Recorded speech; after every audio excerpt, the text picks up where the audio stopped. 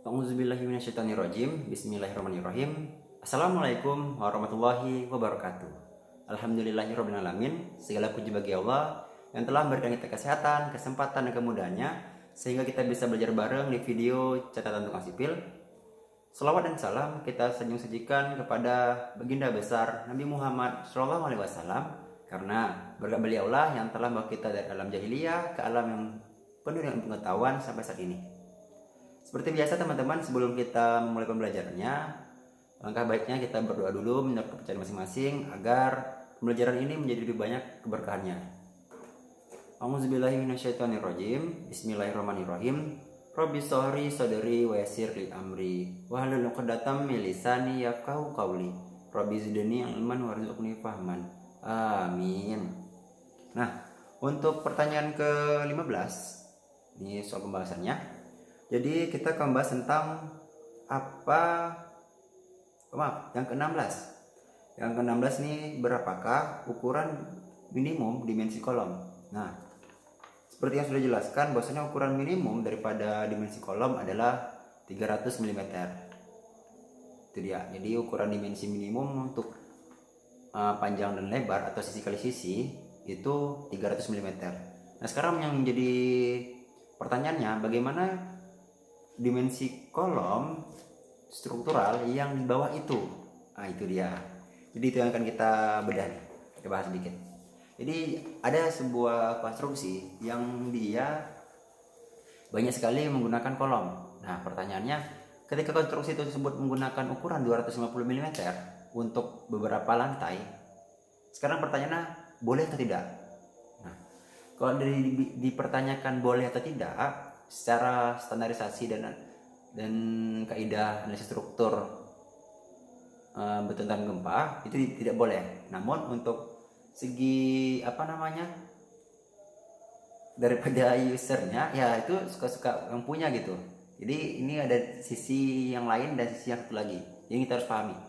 Nah, yang kita bahas adalah berdasarkan sisi analisatornya, berdasarkan standarisasinya. Nah, jika struktur yang memiliki ukuran minimum kolom atau yang diaplikasikan di lapangan adalah 250 mm, itu tidak boleh. Nah, kemudian di sini jika kolom tersebut benar-benar dilaksanakan atau sudah diterapkan untuk bangunan bertingkat, bagaimana keadaannya? Ini sama seperti jawabannya ketika ditanyakan apa yang harus dilakukan ketika mutu beton itu tidak tercapai. Itu sama pertanyaannya, evaluasi. Tuh, gimana kita yakin bahwasannya gedung itu aman kalau dia aja nggak memenuhi standar? Jadi gimana gitu? Ya kita evaluasi dulu bagaimana kinerja dia, perilaku dia terhadap beban gempa, respon dia, apakah itu betul aman gitu. Kan kadang gini, yang strukturnya aja yang menggunakan dimensi memenuhi standar minimumnya aja itu juga kadang bermasalah gitu, apalagi yang kita bilang di bawah standar. Itu dia. Nah, satu lagi, ada juga saya nemuin beberapa kasus nih. Ini kasusnya agak-agak lucu. Jadi kolomnya itu ukurannya 250 mm. Jadi ukuran ada sebuah kolom tingginya sekitar 3,6 sampai 4 meter. Jadi ukuran aslinya kolom itu ketika dilepas di casting ya sekitar 250 mm. Nah, jadi ada keadaan ini yang kalau diambil segi arsitektural, kolom itu diperbesar menggunakan plasteran tebal setebal 5 cm gitu. Jadi plasteran itu tebalnya 5 cm keliling. Jadi udah 250 ditambah kelilingnya 5 cm kanan kiri, maka jadi ukuran kolomnya 350. Nah, ini kadang kita sering tertipu gitu. Dan ada juga kolom itu yang kecil lagi, kita bilang 250, dilapisi lagi sama dinding bata. Jadi sekelilingnya itu dinding bata.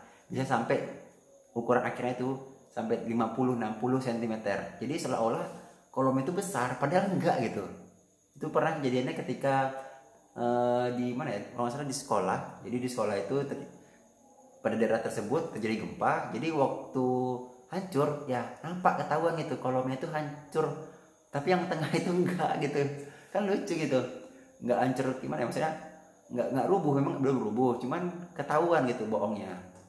dikirain kolomnya besar, ternyata enggak, kopong gitu. Jadi hal seperti itu yang harus kita hindari gitu. Jadi berlaku jujurlah dalam penggunaan standarisasi dan aplikatifnya. Jika struktur tersebut, nah misalnya nih, Bang, gimana ceritanya kalau misalnya kolom kita ukuran 200 mm lah, 200 mm, ini kolom struktural, rupanya kita salah karena kita belum belajar dan kita baru belajar di sini. Oh, yang benar rupanya 300 mm. Nah, kita ingin ningkatin nih, Bang, gimana caranya buat kolom 200 mm ini sesuai dengan standar. Nah, kamu bisa memperkuatnya menggunakan jacketing. Tuh, jacketing itu ada salah satu perkuatan menggunakan beton bertulang. Jadi kolomnya tadi itu di yang ukuran 200 ke 200 mm itu diselimuti dengan beton bertulang kelilingnya. Kita bilang tebal pelindung betonnya tebal beton cornya lagi. Jadi ini kita bilang intinya 200, kemudian diselimuti lagi nih jadi 400 lah kita bilang. Jadi yang pertama nih ini 200, kemudian diselimuti lagi ini 10 jadi 400. Jadi totalnya itu ukuran akhirnya adalah 400 kali 400. Nah, seperti itulah prosesnya.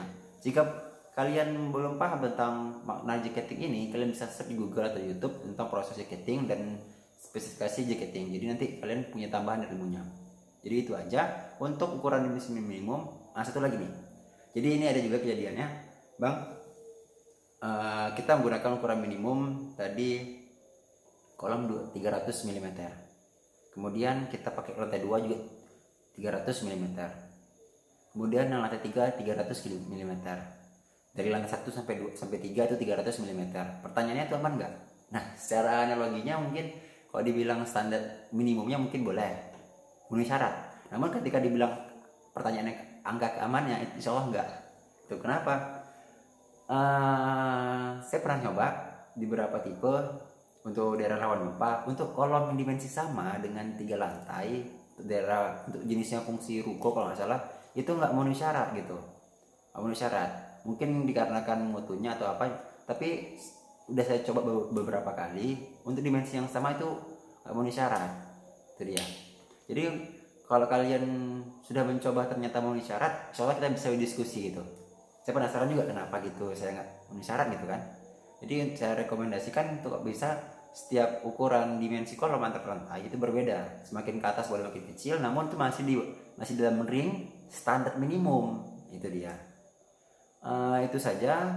Lebih dan kurang mohon maaf. Untuk kalian yang ingin bertanya atau menulis komentar atau menambah atau menyanggah daripada video pembahasan ini, silakan. Apabila komentar kalian bagus, dapat kita buat video terpisah atau pembahasannya.